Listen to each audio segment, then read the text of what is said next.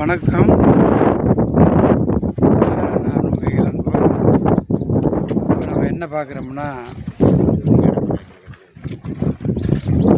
இந்த நம்ம மூக்கூரில் மிகப்பெரிய ஒரு ஆர்ப்பார் கட்டி கொடுத்தாங்க. அந்த கட்டி கொடுத்த நிறுவனம் ஸ்ரீபதி அசோசியேஷன் சொல்லி ஈரோடுக்காரவங்க. அந்த ஆர்ப்பார் கட்டி இப்போ சுமார் 4 வருஷம் ஆகுது. அதை பாருங்கள், அது ஏற்கனவே உங்களுக்கு காமிச்சிருக்கேன். எல்லா இடமுமே கிட்டமிட்ட அரிப்பு ஏற்பட்டு போச்சு. இது உண்மையிலேயே வந்துக்கிட்டு கான்ட்ராக்டுக்காரவங்க இதில் கவனம் செலுத்தாமல் இளம்பதமாக தான் கட்டி கொடுத்துருக்காங்க. எல்லாமே உதாரணம் தான் இது. இந்த போடுறது பாருங்க. இது எப்படின்னா, அந்த பக்கத்தில் உள்ள கடல், இந்த கடல் வந்துக்கிட்டு இதுக்குள்ள, அதாவது இதுக்குள்ள போகிற மாதிரி இருக்குது. அதில் கீழே வந்துக்கிட்டு அணைவு போடாமல், அதில் முறையான அணைவு போடாமல் பண்ண தப்புன்னு பேரில் தண்ணி அப்படியே இதுக்கு உள்ளே போகுது. தண்ணி இதுக்கு உள்ளே போய் இது தண்ணி உள்ளே போய் அந்த அரிப்பு ஏற்பட்டுருக்கு.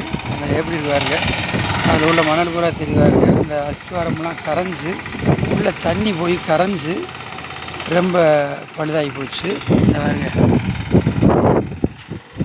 அதனால் இது இப்போ தடைக்காலம் முடிஞ்சு வர்ற 14ஆம் தேதி எங்கள் ஊரில் தொழில் போக போகிறாங்க. இது தமிழ்நாடு பூரா தடைக்காலம் போட்டு கடலுக்கு போக போகிறாங்க. அதில் அந்த தடைக்காலம் முடிஞ்சு இந்த இருக்காருங்க, இது ஏலக்கூடம். இந்த ஏலக்கூடத்தில் தான் மீன் வைக்கணும். அந்த மீன் வைக்கிறதுக்கு இந்த இடத்து வழியாக தான் வந்து அந்த பாருங்க, அதான் என்ட்ரன்ஸு. அதெல்லாம் மீன் போட்டு வைக்கணும். அதனால் இதை வேகமாக வேலாத்து கொடுக்கணும். அந்த வேலாத்து கொடுக்கக்கூடிய நிறுவனம் ஸ்ரீபதி அசோசியேஷனுக்கு நம்ம தமிழக அரசு போர்டு சொல்லணும்.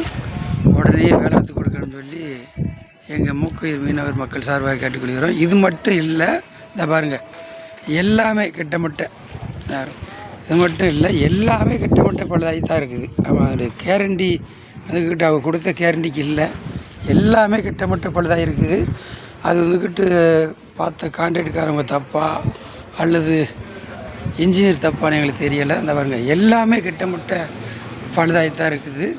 ஆமாம், எல்லாமே அரிப்பு ஏற்பட்டுருச்சு. பாருங்க, கொஞ்சம் நேரம் கிடையாது, எல்லாமே அரிப்பு ஏற்படுத்தான் இருக்குது. 1-2 கிடையாது, எல்லாமே அரிப்பு ஏற்படுத்தான் இருக்குது. அதனால் இது வந்துக்கிட்டு கான்ட்ராக்டுக்காரங்க பேரில் தான் இந்த குற்றத்தை வைக்க முடியும். அதனால் எங்களுக்கு வெகு சீக்கிரத்தில் வேலாத்து கொடுக்கணும். எல்லா நிறுவனமுமே கிட்டமிட்ட சரியாக வேலை வாக்கலையான்னு சொல்கிறது எங்களுக்கு தெரிய மாட்டேங்குது. இப்படித்தான் காசுகளை, பல லட்சங்களை, பல கோடிகளை கவர்மெண்ட் வந்துக்கிட்டு மக்கள் பணத்தை வரியை வாங்கி ஒரு தனியார் நிறுவனங்களுக்கு கொடுத்துருது. அந்த தனியார் நிறுவனங்கள் வந்துக்கிட்டு அதை எப்படி கட்டுறாங்களோ தெரியல. அதில் நிறைய உயிர் சேதம் வர்ற மாதிரி சில விஷயங்களை பண்ணி வச்சிடுறாங்க. ஆமாம், அதனால் இதை கூடிய விரைவில் வேலாத்து கொடுக்கணும். இந்த மாதிரி கான்ட்ராக்ட் இருக்கிறவங்கள கவர்மெண்ட்டு ரொம்ப வன்மையாக கண்டித்து அவங்கள்ட்ட நிறையா உத்தரவாதங்களை வாங்கி அவங்களுக்கு கான்ட்ராக்ட் கொடுங்க. ஆமாம், இது வந்துக்கிட்டு ஆள் இல்லாத நேரத்தில் எழிஞ்சு சரியாக போச்சு. ஆள் இருந்துச்சுன்னா பெரிய சேதம் வரும். இந்த வாரம் இதை இப்போ நாங்கள் வந்துக்கிட்டு கல்லை சுற்றி வச்சுருக்கோம். யாரும் போயிருக்கோம், சுற்றி வச்சுருக்கோம். ஆமாம், இது வந்துக்கிட்டு ஆளுக்கு உள்ளே போயிருந்தால் என்ன இருக்கும், ஆளுக்கு போயிருந்தால் உள்ளே போயிருப்பாங்க, அவங்கள காப்பாற்ற முடியாது. ஏன்னா இது கொஞ்சம் கடற்கரை ஏரியா, எந்த விதமான பெரிய முன் ஏற்பாடான இயந்திரங்களும் கிடையாது. அதனால் இதை வந்துக்கிட்டு வெகு சீக்கிரத்தில் எங்களுக்கு மாநில சர்க்கார் மற்றும் மத்திய சர்க்கார் ஒப்புதலோடு வேகமாக வேலாத்து கொடுக்கணும். இது மாதிரி தவறு இனிமேல் வராமல் பார்க்குறோம். தவறுங்க, எப்படி கல்லுகள்லாம் ஏற்றிருக்காங்க பாருங்கள். இந்த கல்லுகளை ஏற்றுறதுக்கு கொண்டு வந்த கிரேனு தான் உடைச்சிட்டு அப்படின்னு சொல்கிறாங்க. இருந்தாலும் அதில் முறையான அமைப்பு இல்லை. பாருங்க, இது முழுக்க கெட்டினவங்களுடைய பிள்ளை தான். ஆமாம், 4 வருஷம் கூட இன்னும் ஆகலை, அவ்வளோக்குள்ளே இந்த நிலைமை ஆகிப்போச்சு.